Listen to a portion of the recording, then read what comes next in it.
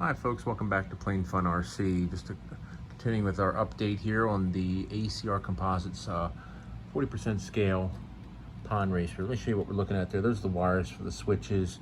We've got a switch here on the side. We've got one receiver switch here on the right pod, excuse me, and then on the left pod,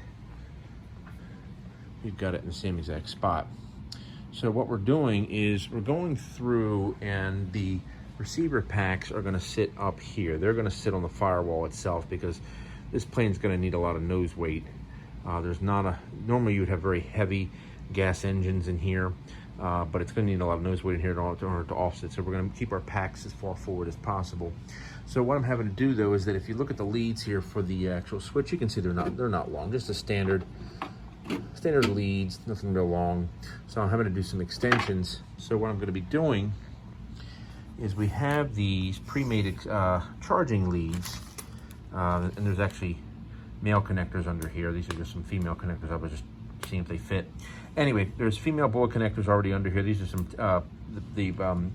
there's male bull connectors that are under here. These are the female connectors that are going to be soldered to the extension, and you can see we've got an XT60. So rather than me going through and soldering all these XT60s that are already come with the switch, which is no big deal really. Normally I would use a Dean's or a Castle Creations, which I prefer. But I'm just going to go ahead and take the connector here, which is the male, plug it into the female, which is on the switch itself down in there. And then we're going to add, I'm thinking maybe about 6 inches onto here, not too much, because what's going to happen is we're going to take the lead, we're going to run it through the hole here, and that's going to go all the way here, and the receiver is going to sit right here. Now we're going to be, right here, we're going to be using a Spectrum 12 channel, and if you know the Spectrum 12 channel power save, you know that it's got 2 leads coming off of there, and those leads are probably about 6 inches. So that's going to give it more than enough. I just want to make sure that when we pass the lead, we're able to go around the servo, which is sitting here, so it doesn't interfere at all, and then it'll easily get to the hole right here. So that's why we're adding a little extra. So we'll do the same, not only on this side, but the other. Now in here, we've added the switch here. This is for the electric retracts. And you can see that, we're not having to add any extensions. There's our leads right there for the switch. And there is our power box right there. That's gonna power the receiver, or power the retract, excuse me. And that's gonna sit right there on the plywood tray, and we'll screw that in place.